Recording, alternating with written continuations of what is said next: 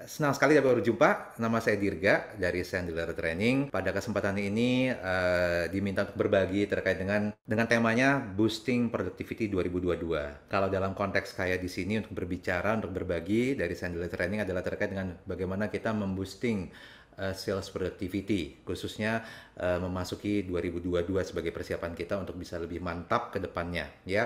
Nah, pertanyaan saya satu, ada dua pertanyaan sih sebenarnya. Apakah produktivitas penjualan Anda saat ini dan persiapan untuk memasuki tahun 2022 itu sudah efisien dan efektif? Nah, pertanyaan kedua adalah bagaimana ya kiat-kiatnya untuk meningkatkan produktivitas penjualan kita, terutama dalam memasuki era di tahun 2022 itu. Ya. Nah, mudah-mudahan di sesi kurang lebih sekitar jatah saya 60 menit dikurangi 11.05 berarti 55 menit bisa memberi insight buat Bapak Ibu sekalian, teman-teman peserta semua di sini. Dan saya bagi dua sebenarnya, ada dua sesi. Pertama sharing dari saya, dari kami, dari Sandler Training, dan kemudian nanti kurang lebih sekitar 15 menit sebelum penutupan kami mengundang salah satu tamu ya untuk memberikan testimoni ya, pasti kaitannya juga dengan bagaimana kita mencoba untuk memaksimalkan produktivitas kita, kaitannya dengan kita bicara Gallup Strengths ya, kurang lebih seperti itu, penggunaannya seperti apa. So, kita akan share saja, share screen. Saya mohon izin share screen. Mudah-mudahan udah terlihat slide-nya, ya. Mudah-mudahan sudah terlihat slide-nya. Jadi boosting sales productivity. Sebelumnya singkat aja, saya akan bahas tentang Sandler Training itu apa. Itu perusahaan training ya, fokusnya di area penjualan. Sudah hadir kurang lebih sekitar lebih dari 50 tahun di dunia. Untuk kurang lebih 9 tahun terakhir, ya itu sudah hadir di Indonesia, tepatnya ada kantor kita Sandler di Jakarta, di Semarang, dan juga di Surabaya. Ya, hadir di 29 negara.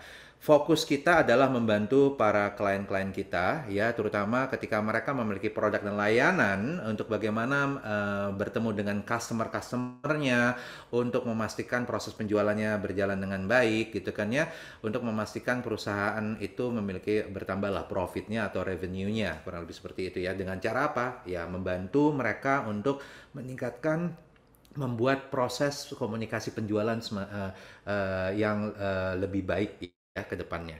Oke, kemudian program kita fokusnya adalah di soft skill, sales training, enterprise selling, sales leadership, negotiation mastery, dan professional development program lainnya. Kurang lebih seperti itu. Dan ingat Sandler, ingat sales training, ingat Sandler. Kurang lebih seperti itu. Nah, mengawali materi saya hari ini selama kurang lebih 55 menit ke depan, kita mulai lagi deh. Kita mulai dengan sebuah slide di sini ya untuk memahami bahwa saat ini dengan kita apa ya ibaratnya mengulang sedikit sejak pertama kali COVID itu pasti banyak sekali perilaku dari pelaku bisnis atau kita bicara customer itu banyak sekali berubah gitu ya. Nah, pastinya buying proses juga pasti akan berbeda antara sebelum pandemi dengan sekarang yang udah berjalan kurang lebih memasuki 2 tahun ya. Nah, dikenal kalau kita bicara era penjualan, saatnya dikenal dengan hybrid era. Jadi bukan berbicara lagi tentang proses penjualan yang kita bicara yang tradisional, dan dikenal itu ada dua biasanya ya. Penjualan yang dengan cara pendekatannya adalah telepon, hanya telepon, ibaratnya inside reps gitu kan, ibaratnya dia tidak perlu keluar kantor untuk memasarkan produknya. Dan yang kedua adalah outside reps, yang artinya adalah dia memasarkan produknya most of the time, sebagian besar dari waktunya dia harus menghabiskan waktunya itu di luar. Ketika harus melakukan visiting dengan customer, klien untuk memastikan ya mendemokan produk, menjelaskan interaksi dan sebagainya, dan dirasakan sangat efektif ketika harus bertemu muka langsung. Jadi ada dua, inside reps dan outside reps gitu kan ya. Nah, saat ini dengan kondisi hybrid gitu kan ya, jadi kenal hybrid era, artinya apa? Ya, combine udah flip ya, udah bertukar gitu kan ya.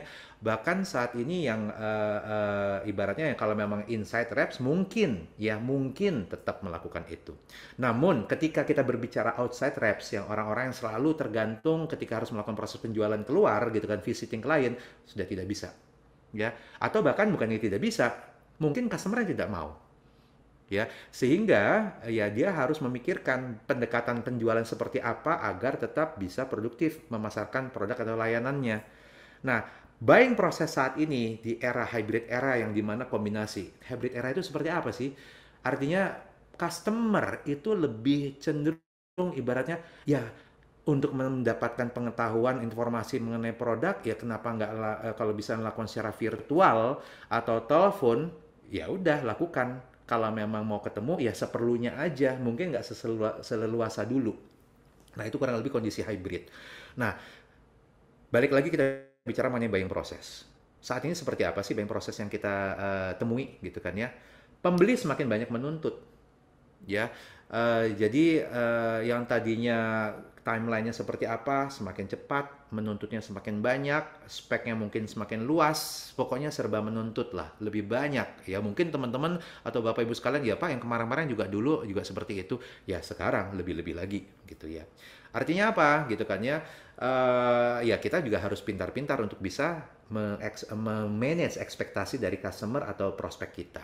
Yang kedua adalah memiliki banyak prioritas. Saat ini ketika misalnya mereka menghabiskan waktu customer-customer kita itu ya ibaratnya ya dengan kondisi pandemik ya prioritas semakin banyak, semakin tinggi dan mereka harus benar-benar memilah-milah gitu kan ya prioritas-prioritas mana yang nomor 1, 2, 3 dan sebagainya. Otomatis kita dalam konteks mencoba untuk memasarkan produk dan layanan kita bisa jadi kita berada di urutan keberapa karena mereka sendiri sudah memiliki banyak prioritas terkait dengan pekerjaannya maupun personal life-nya mereka ya, para customer kita. Kemudian yang ketiga adalah waktu interaksi. Jadi time window artinya ketika kita berinteraksi secara hybrid, secara di mana dilakukan proses virtual yang mungkin secara Zoom ataupun telepon ataupun mungkin via aplikasi, mungkin WhatsApp dan sebagainya gitu kan ya. Time window kita itu lebih singkat dibandingkan ketika kita berinteraksi secara visit atau berinteraksi langsung dengan customer kita. Sehingga di sini sangat dibutuhkan, ya kan, bagaimana kita berkomunikasi dengan lebih efisien dan efektif, kurang lebih seperti itu teman-teman. Nah, yang keempat juga kita lihat bahwa berharap informasi yang disesuaikan dengan kebutuhan atau ibaratnya customize lah. Artinya di sini ya kita benar-benar saat ini ya kalau kita bisa terlihat unggul dibandingkan dengan kompetitor kita, ya kita harus berbeda. Bagaimana berbedanya? Ya kita harus bisa menyesuaikan benar-benar mengcustomize apa yang menjadi kebutuhan customer bahkan sebelum interaksi muncul. Jadi paling tidak kita harus bisa mempersiapkan diri dulu, memprofile customer kita, memprofile prospek kita kira-kira prospek ini kira-kira orang yang seperti apa, kebutuhan apa dengan lifestyle-nya seperti itu, kira-kira produk atau layanan dari kita yang punya banyak, apa yang cocok buat mereka. Jadi berharap informasi yang disiapkan, disesuaikan, customize, kurang lebih seperti itu. Yang kelima, seringkali muncul dan hilang tiba-tiba. Ini sangat menarik ini, karena bisa jadi ya nggak ada angin, nggak ada hujan, tiba-tiba prospek datang, ya kan, minta inquiry, minta penjelasan, minta informasi, minta quotation dan sebagainya. Ya kita happy. Ya apalagi mungkin selama ini dengan menekankan bahwa kita branding, corporate branding, personal branding, kemudian kita promo di sosial media dan sebagainya, radar kita muncul gitu ya di mereka, di prospek, sehingga ya mereka ngelihat kita, mungkin mereka meminta penawaran, meminta informasi. Nah, yang menarik adalah ya seringkali muncul, tapi seringkali juga tiba-tiba menghilang begitu saja. Jadi itu adalah buying proses saat ini. Artinya apa? Ya kita harus siap bahwa situasi saat ini ya seperti ini kurang lebih. Ya, so dengan kita bicara buying proses saat ini apa nih gitu kan ya?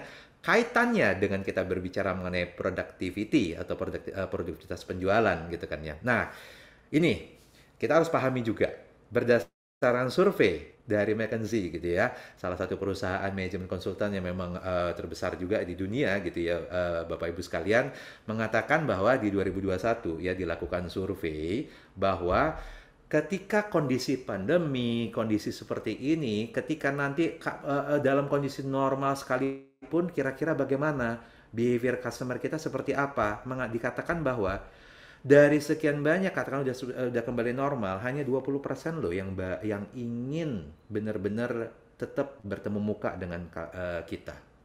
Ya, artinya apa? Selebihnya ya berharap ya udah toh gue selama ini berinteraksi dengan untuk melakukan transaksi, dealing, negosiasi, meeting bisa dilakukan secara virtual. So what's the point gue harus ketemu? Ya kan?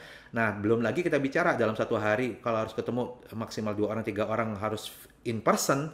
Kalau dengan secara virtual bisa 5, 6, 7, 8%, 8 orang gitu kan ya. Ya, buat apa? Gue harus ketemu keluar dan sebagainya, belum lagi macet-macetnya. Jadi hanya 20%. Ya, artinya apa? Kita harus bisa menyiasati. Peluang kita semakin singkat, orang yang ingin ketemu dengan kita juga semakin sedikit, artinya bagaimana cara kita berkomunikasi agar bisa lebih efektif ya untuk meningkatkan produktivitas penjualan. Yang namanya produktivitas tentu saja tidak akan jauh-jauh ya, ibaratnya kita tahulah, kita ngeliat dari sumber Wikipedia dan sebagainya, definisi yang sederhana adalah kalau produktivitas itu adalah perbandingan antara output dengan input gitu loh. Ya kaitannya sederhananya begini, kalau kita bicara pembandingan antara hasil dan juga proses ya, input dan outputnya apa, outputnya berapa banyak. Kalau dikaitkan dengan penjualan seperti apa? Ya namanya penjualan sederhana.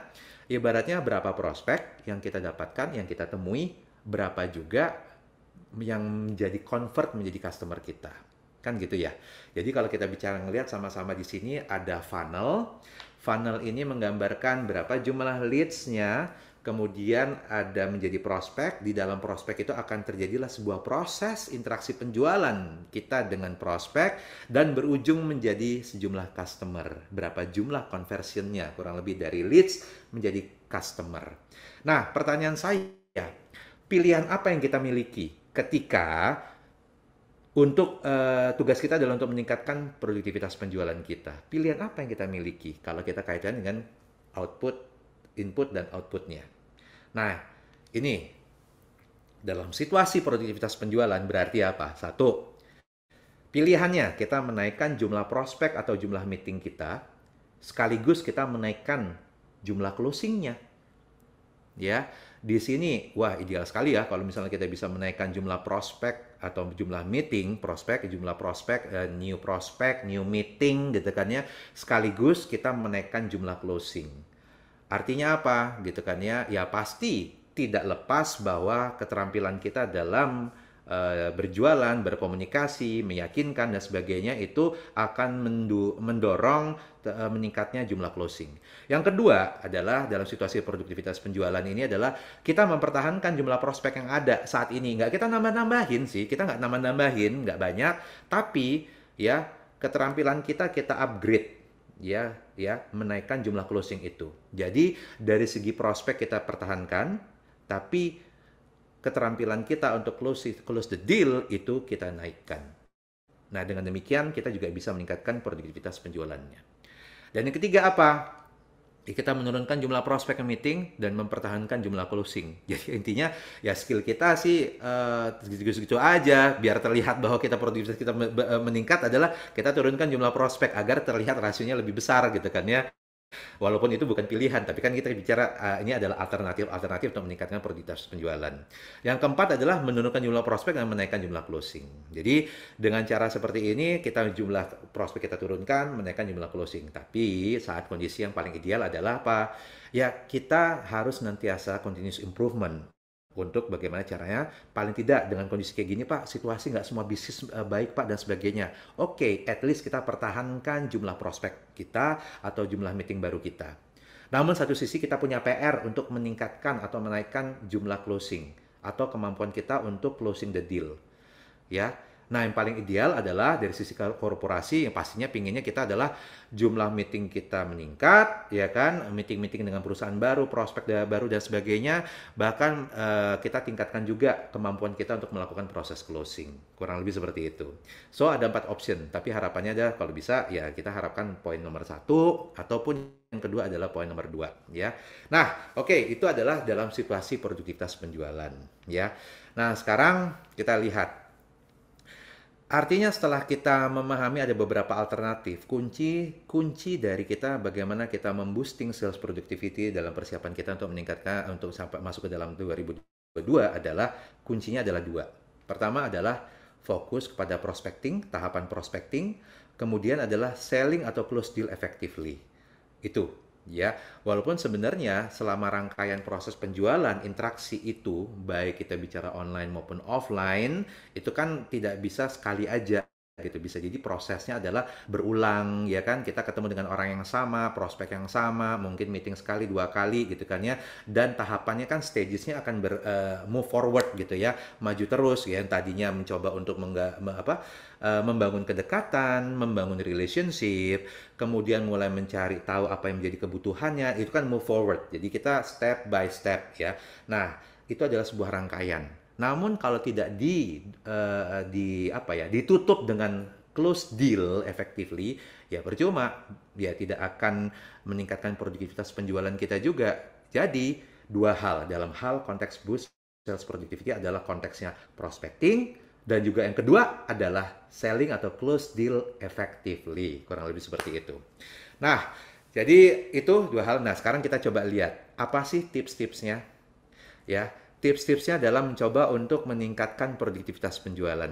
Ya, saya akan share 5 tips. Ya, saya akan bagikan 5 tips ini gitu ya. Apa sih 5 tips? Yang pertama adalah reshape the sales strategy in hybrid era. Dalam kondisi seperti ini, mau tidak mau, kita harus melihat lagi, ya, mereview lagi strategi penjualan kita selama ini seperti apa, dan bagaimana persiapan kita untuk masuk ke tahun 2022. Ya, reshape-nya apa? Kita mempertajam, kita mengasah, kurang lebih seperti itu.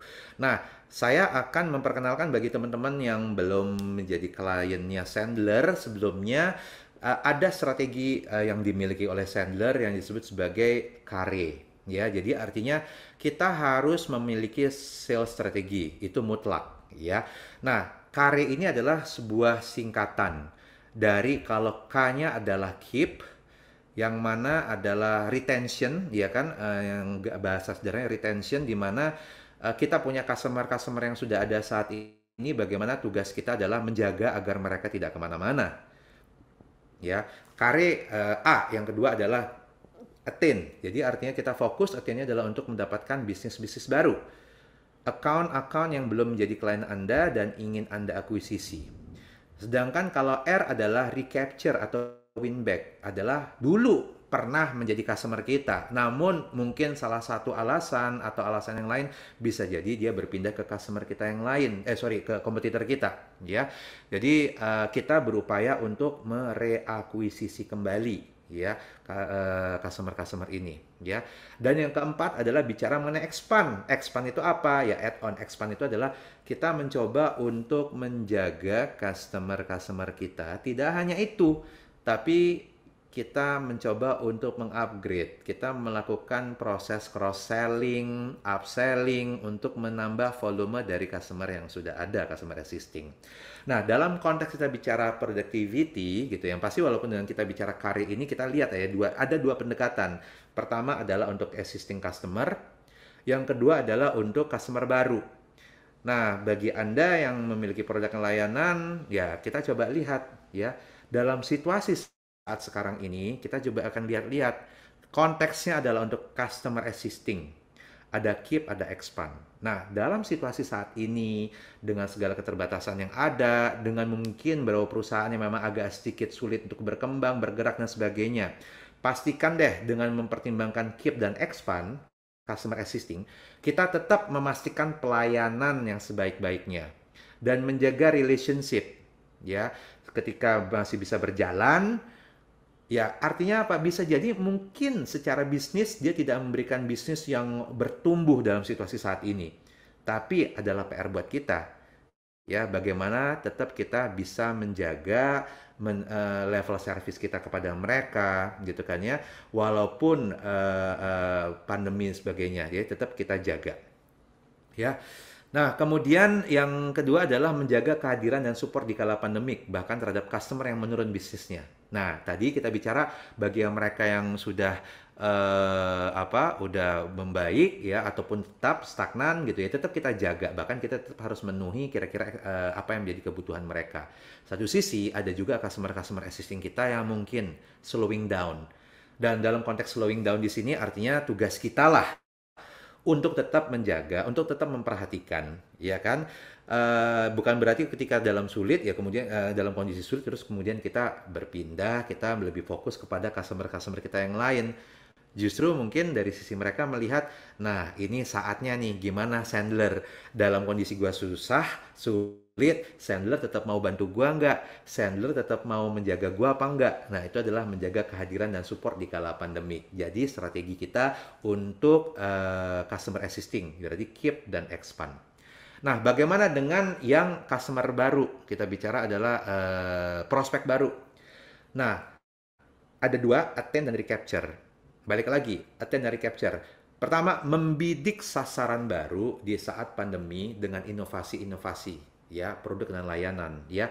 Banyak yang kita harus lihat, banyak yang harus kita lakukan karena perubahan berbeda terjadi perubahan di customer behavior. Mereka bisa jadi produk mungkin tetap sama, tapi the way we approach.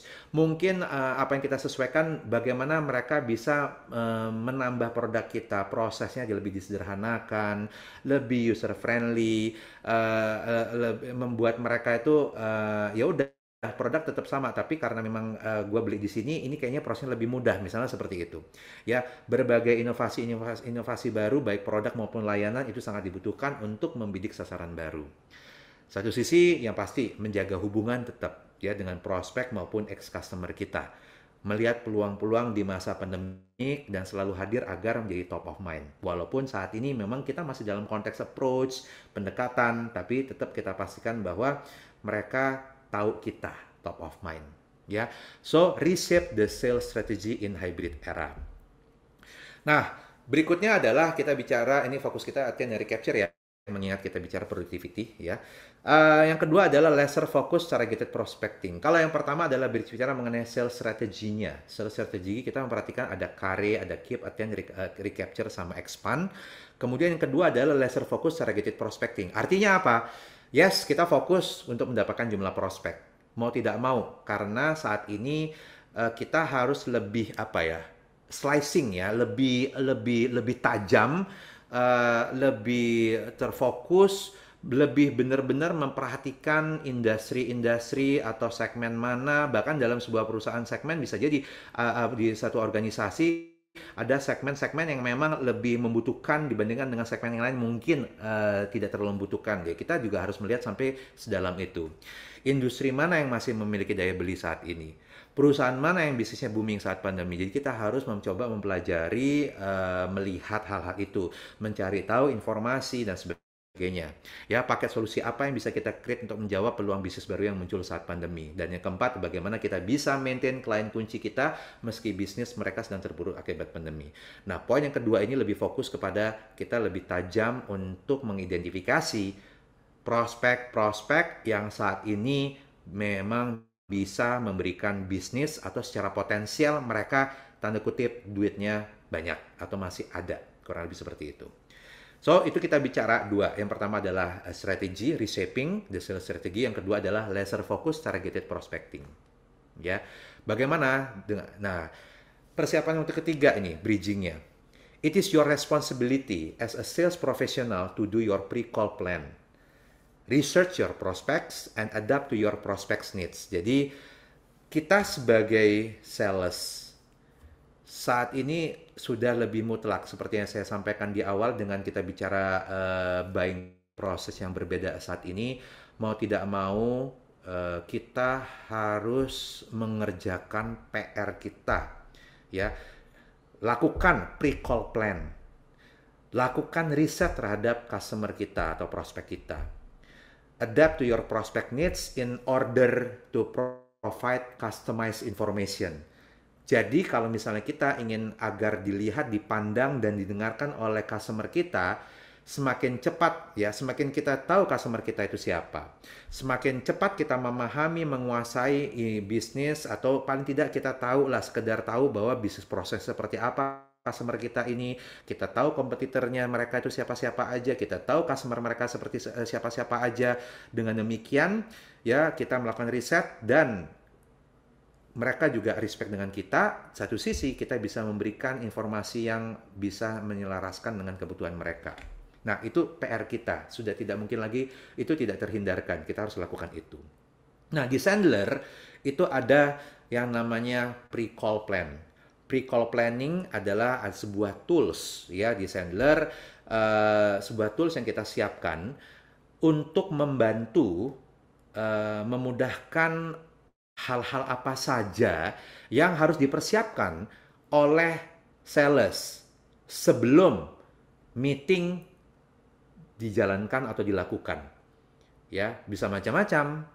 Ya, entah itu misalnya siapa aja yang kita akan temui di dalam meeting itu.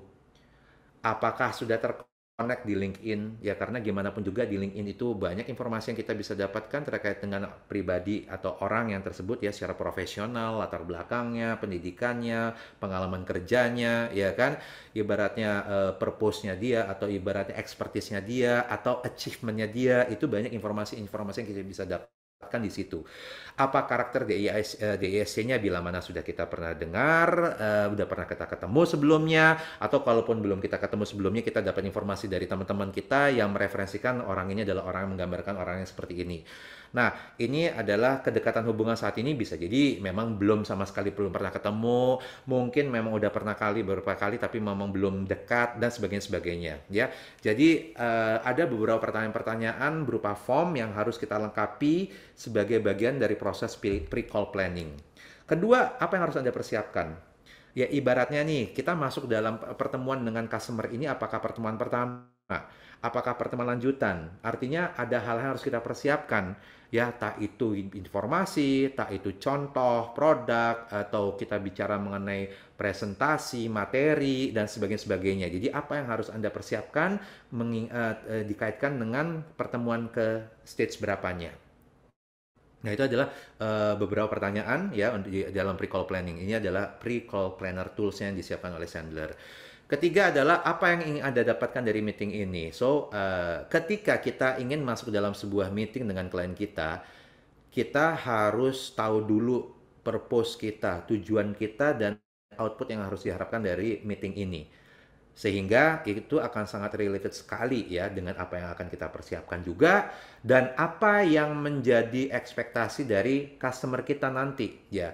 Karena ya kalau kita ingin mendapatkan closing the deal misalnya, atau ingin mendapatkan keputusan final deal atau enggaknya, atau misalnya dalam meeting ini Anda ingin mendapatkan kejelasan step berikutnya setelah presentasinya seperti apa. Nah, itu kan perlu ya kita ketahui outputnya apa, dan sehingga persiapan apa yang harus kita lakukan ya. Nah, kemudian belum lagi kita juga memikirkan apa kemungkinan-kemungkinan yang akan ditanyakan oleh customer kita. Pertanyaan-pertanyaan apa? Mungkin objection apa yang sekiranya muncul. Bisa saja, oh selama ini kecenderungannya adalah pasti customer menanyakan ini. Dan artinya ibaratnya kalau kita tidak mempersiapkan itu, bagaimana kita merespon itu, berarti dosanya di kita, sederhananya seperti itu. Jadi apa yang anda tanyakan juga, dan apa yang kemungkinan buyer tanyakan kepada Anda. Jadi apa yang kita tanyakan satu, yang kedua adalah apa yang kemungkinan buyer tanyakan kepada kita. Nah, apa yang Anda tanyakan di sini adalah sekiranya di meeting ini apa sih pertanyaan-pertanyaan, list of question yang akan kita ajukan kepada customer kita. So, ini sederhana formnya. Paling tidak kita ingin memastikan bahwa kita siap ketika kita berinteraksi dengan customer kita. Kurang lebih seperti itu, teman-teman. Nah, jadi poin ketiga adalah siapkan pre-call planner Anda. Nah, keempat, take the lead. Jadi dari 5, langkah keempatnya adalah tipsnya adalah take the lead. Jadi gini, Bapak Ibu sekalian, teman-teman, kita memahami bahwa boosting productivity adalah prospek dan adalah close the deal, ya, ujung ke ujung. Namun tidak bisa dipungkiri bahwa proses interaksi selama dari awal sampai akhir itu sangat menentukan. Apakah dari tahap pertama lanjut ke tahap kedua, dari tahap kedua lanjut ke tahap ketiga, itu sangat menentukan. Bagaimana menentukan? Ya, proses interaksi kita sebagai sales seperti apa. Nah, di Sandler itu ada istilah namanya the buyer and seller dance. Buyer and seller dance adalah dansa antara pembeli sama penjual. Ibaratnya couple ya, atau pasangan yang sedang berdansa, pastinya dalam dansa itu kan ada seseorang yang harus memimpin. Kalau nggak ada yang memimpin, ibaratnya berantakan dansanya. Ya, harus ada menjaga ritmenya ya, kan harus menjaga gerakannya kanan atau kiri, harus ada yang memimpin. Nah, sekiranya ibaratnya sebagai seorang proses penjualan, ya harus ada juga. Ini kan sebuah rangkaian dari awal sampai akhir. Nah, harus ada yang memimpin. Nah, idealnya siapa yang memimpin dalam proses penjualan atau interaksi penjualan? Tentu saja, ya, idealnya adalah sales yang memimpin itu. Walaupun sebenarnya tidak menutup kemungkinan atau kita tidak bisa menutup mata. Seringkali kita yang di-lead oleh si prospek, kita sebagai sales. Ya, contohnya apa? Oke, saya mau ini ya, saya tolong mau gini ya, saya minta dibuka yang seperti ini ya, saya minta dibuatkan kayak gini, gini apa segala, nanti tolong diatur ya, tolong gini, ya, saya minta harganya sekian, ya. Atau pada saat penentuan meeting dan sebagainya, itu seringkali justru customer yang memimpin kita, kita tinggal ngikut. Idealnya kita yang memimpin, ya, kita yang mengarahkan, kita yang mencoba apa ya ibaratnya bagaimana kita bisa mengkomunikasikan contoh konkretnya adalah begini. Ketika kita ingin membuka sebuah pembicaraan di meeting awal gitu ya. Nah, kemudian kalau tidak kita memimpin prosesnya, ya seringkali ya kita terbawa suasana si customer atau si prospek. Maka dari itu tugas kita adalah pada saat kita memulai sebuah meeting, salah satu contoh yang konkret adalah, Pak, mohon izin pada kesempatan ini, terima kasih sebelumnya atas waktu yang diberikan. Saya hadir dari Sandler Training. Agenda kita hari ini adalah untuk diskusi untuk melihat peluang kerjasama antara perusahaan Bapak dengan kami. Ya, nah untuk 30 menit ke depan, mohon izin sekiranya ada hal-hal yang kami rasa perlu untuk kami tanyakan untuk mengetahui kebutuhan Bapak. Saya atau kami berharap sekali Bapak bisa share apa yang menjadi kebutuhan Bapak atau perusahaan Bapak sehingga kami akan bisa memikirkan langkah berikutnya untuk memenuhi kebutuhan Bapak. Seandainya diperkenankan, harapan kami sih Pak, ya kita ada kecocokan dan untuk itu kita bisa pikirkan langkah berikutnya seperti apa. Bisa kita mulai Pak? Nah, itu salah satu contoh bagaimana kita melihat dance kita. Salah satu contoh bagaimana kita melihat interaksi kita. Ya, tidak hanya sekedar, oke, Dirga, kamu dari Sandler ya? Ada apa nih mau meeting? Ya, oh ya nggak apa-apa Pak. Ya kita kita ngobrol-ngobrol. Nggak dong, jangan bisa. Saya nggak punya waktu nih ya. Anda nggak punya purpose. Anda nggak memiliki kemampuan untuk melihat prosesnya sehingga ujung-ujungnya customer yang melihat Anda, customer yang membawa ke tempat kemana yang dia ingin tuju. Ya, so buyer and seller dance itu artinya bagaimana kita memimpin sebuah dansa dalam interaksi penjualan. Nah, itu adalah tips keempat. Tips yang kelima adalah, nah ini konteksnya adalah dalam kita bicara sales interaksinya. Jadi interaksi penjualannya itu adalah beberapa tips. Nah, apa saja? Pertama adalah dalam interaksinya ketika kita mencoba untuk membangun suatu pembicaraan terkadang kita bingung untuk memulai suatu pembicaraan. Itu yang pertama. Yang kedua, ingat tadi saya sampaikan kepada teman-teman semua di sini bahwa time window kita sangat singkat sehingga kita harus benar-benar memiliki persiapan. Selain kita melakukan pre-call planner, kita juga harus tahu apa yang harus kita tanyakan. Nah, sebagai referensi adalah connect questions relationship, artinya apa? Kita bisa tanyakan terkait dengan customer kita, prospek kita itu seperti apa kondisinya, ya kan? Kemudian kita bisa tanyakan terkait dengan perkembangan perusahaannya selama ini seperti apa. Jadi ada pertanyaan-pertanyaan yang mengacu untuk bagaimana membangun kedekatan hubungan, tapi kita tetap memiliki konteks. Jadi kita bicara bertanya terkait dengan buyer, bertanya terkait dengan perusahaannya, bertanya terkait dengan marketplace. Contohnya, ya ibaratnya dia punya di perusahaannya, bisa jadi kita tanya, oke, mungkin dia di cabang tertentu atau di area Jakarta atau di Bandung, di Jawa Timur dan sebagainya, dia marketplace dia itu seperti apa, di area dia itu seperti apa, perkembangannya seperti apa, pergerakannya seperti apa. Ya kan?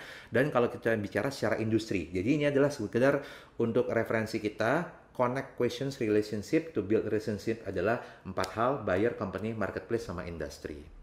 Sedangkan poin yang kedua adalah upfront contract, managing expectation. Nah, ini adalah salah satu contoh yang tadi saya sudah sampaikan, how to lead the dance.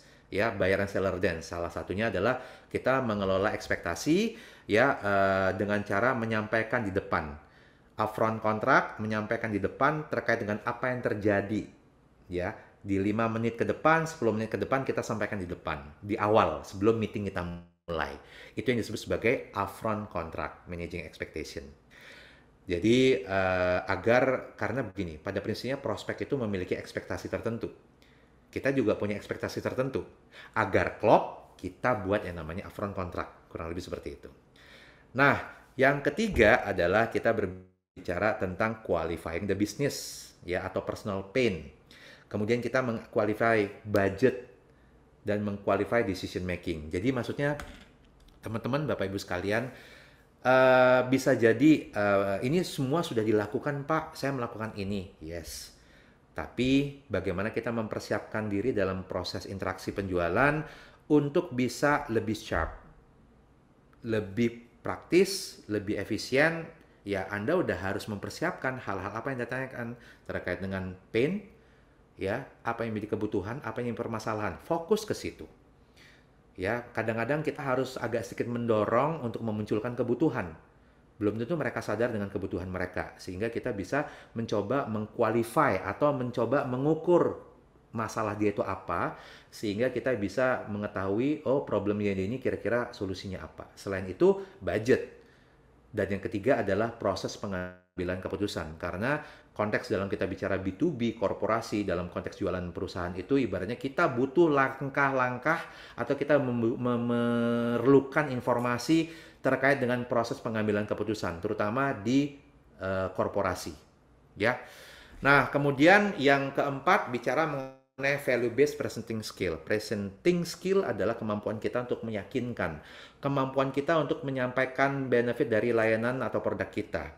Ya, selalu mengacu kepada value yang kita bisa berikan. Terkadang produk kita itu ibaratnya bisa saja udah dianggap orang itu sebagai produk komoditi, walaupun bukan ya. Tapi seakan-akan gue bisa dapetin dimanapun juga, sebenarnya produknya sama-sama aja. Jadi tugas kita adalah bagaimana kita membring value itu, mengeluarkan value agar bisa terlihat, terdengar oleh customer kita in short time. Kurang lebih seperti itu. Nah, pada saat kita mempresentasikan produk, menyampaikan benefitnya, kita tetap harus ada measurable feedback. Measurable feedback seperti apa? Ya, ketika kita, agar balik lagi ya, agar kita tahu sebenarnya kita posisinya di mana setelah kita menjelaskan produk kita, value kita. Nah, dikenal dengan termometer closing technique kalau di Sandler. Ibaratnya, Pak, saya baru saja menjelaskan benefit dari produk kita terkait dengan kebutuhan Bapak yang ini, Pak. Nah, dari skala 1 sampai 10, ya, berdasarkan apa yang saya sampaikan pada Bapak, ada di posisi mana, Pak? Kalau satu ini, kalau satu kurang tidak memenuhi, 5 ya so-so, 10 udah memenuhi. Nah, kita minta dia terukur measurable feedback. Tujuannya apa? Agar kita tahu posisi kita di mana. Oke. Nah, yang terakhir, yang kelima adalah tipsnya bicara mengenai get a decision. Get a decision adalah deal or no deal. Artinya apa? Ya, kita pastikan kalau memang saat itu dia tidak mengambil keputusan ataupun memutuskan tidak membeli dari kita, nggak ada masalah. Tugas kita adalah ibaratnya mempersingkat proses. Nggak usah dipanjang-panjangin. Ya, jangan sampai kita di-lead oleh dia. Habis selesai presentasi, ya ntar saya pikirkan, ujung-ujungnya kita follow up terus, nggak berujung. Ya, dia yang nge-lead kita. Ya, kita harus bisa memastikan deal or no deal-nya. Ya, alasannya ya kita bisa sampaikan bahwa agar tidak menghabiskan waktu Bapak. Ya, dengan saya follow up mengganggu Bapak. Ya, pastikan saja apakah kita cocok apa tidak, Pak. Ya, so itu adalah beberapa tips dalam konteks some tips in sales interaction. Nah, mudah-mudahan bisa berbagi. kepada teman-teman semua, kaitannya juga dengan kita bicara Galup, bahwa dalam proses penjualan, namanya kita Galup kan, bagaimana kita memanfaatkan atau mengoptimalkan talent yang kita miliki. Tentu saja kita membutuhkan investment waktu, investment experience mungkin, ya kan? Nah, agar apa? Ya agar menjadikan kita menjadi sales yang memang strength gitu ya, yang kuat gitu kan ya, dengan memanfaatkan talent yang kita punya. Talent itu kita ibaratnya udah ada di diri kita.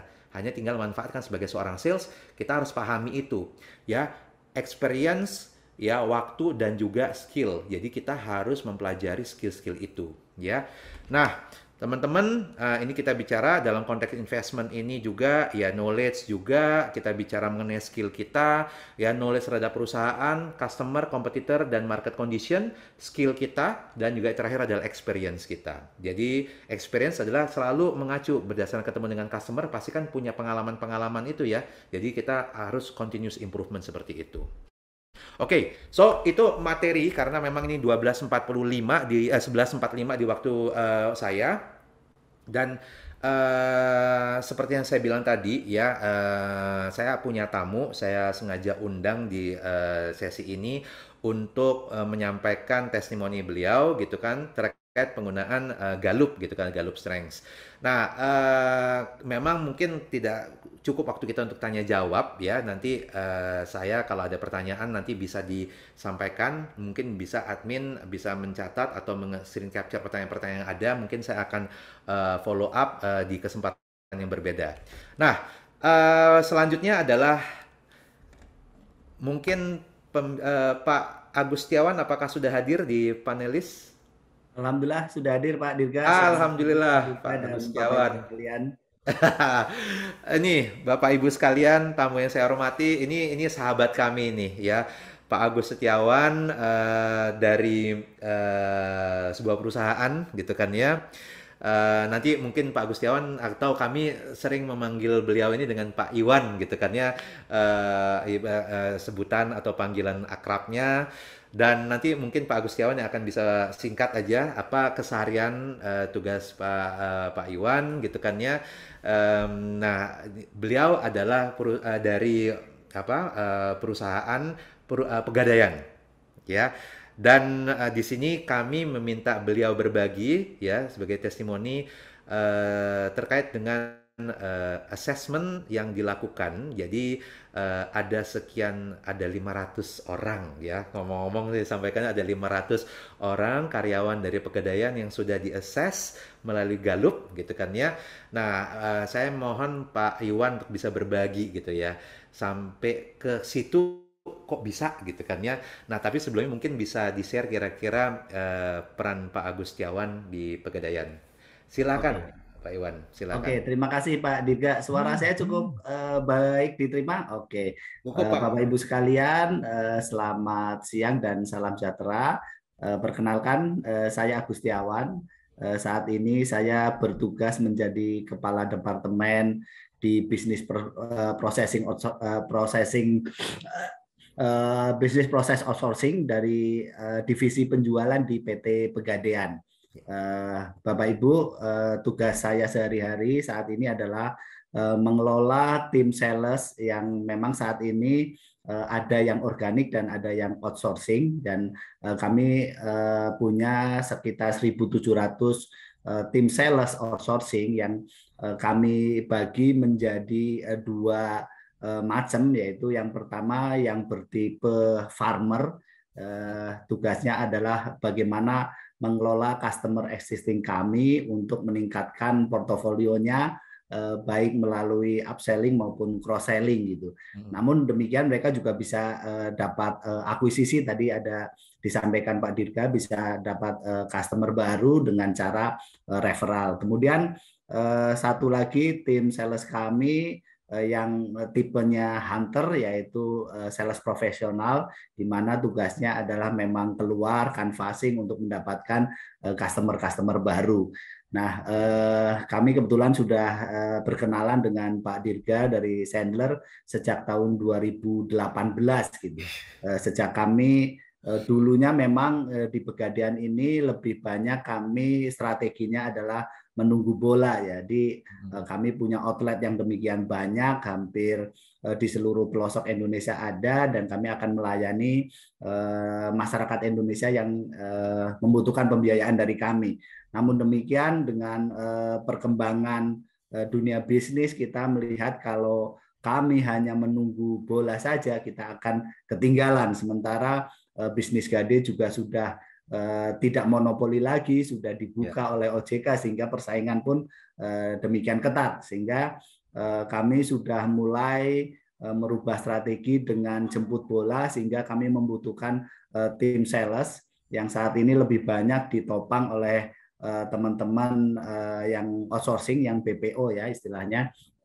Nah, ini kemudian untuk meningkatkan produktivitasnya, tadi seperti yang disampaikan Pak Dirga juga, kita butuh tim sales yang memang secara skill, kemampuan, kompetensinya mencukupi untuk meningkatkan kinerja perusahaan kami, sehingga kami menyusunlah yang namanya sebuah kamus kompetensi teknis penjualan. Jadi memang di Pegadaian itu ada kompetensi inti yang sifatnya soft skill maupun general skill yang dikelola oleh divisi human capital kami. Namun demikian untuk kompetensi teknis biasanya dihandle oleh divisi-divisi yang membidangi, sehingga kami di divisi penjualan menyusun sebuah kompetensi teknis untuk tim penjualan. Nah, jadi di kompetensi teknis ini kami mengelompokkan tim kami itu ke dalam 5 kelompok jabatan ya Pak Dirga ya. Jadi kami punya SP yang tadi hunter, kemudian RO yang farmer, kemudian ada leadernya yaitu sales head maupun supervisor, dan juga tim kami di Pegadaian yang khusus untuk menggarap B2B yaitu marketing eksekutif, dan juga teman-teman kami yang di outlet sebagai frontliner juga punya tugas untuk selling juga, sehingga ada kelompok jabatan frontliner.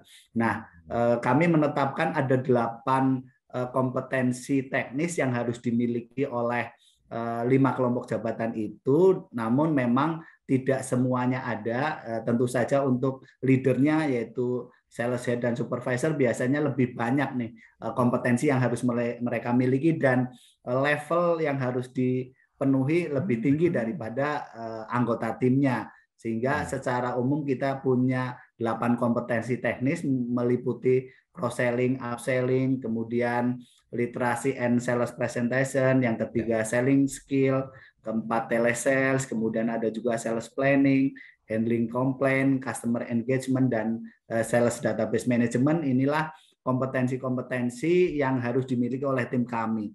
Nah, kami setiap tahun rutin melakukan pengukuran kompetensi di awal tahun dan di akhir tahun. Di awal tahun kita coba ukur levelnya seperti apa, dan kita akan berusaha bisa mencapai standar minimal yang sudah kita tetapkan di kamus tersebut, sehingga kemudian kita akan melakukan berbagai upaya mulai dari training, kemudian juga mentoring, coaching, bahkan perubahan SOP jika diperlukan. Nah, nanti di akhir tahun kita ukur lagi upaya-upaya kita itu berhasil atau tidak gitu. Jadi memang sebelumnya kita hanya fokus bagaimana menutup gap kompetensi itu dengan cara yang generik, artinya semua orang diberikan treatment yang sama untuk bisa mencapai level kompetensi yang diinginkan.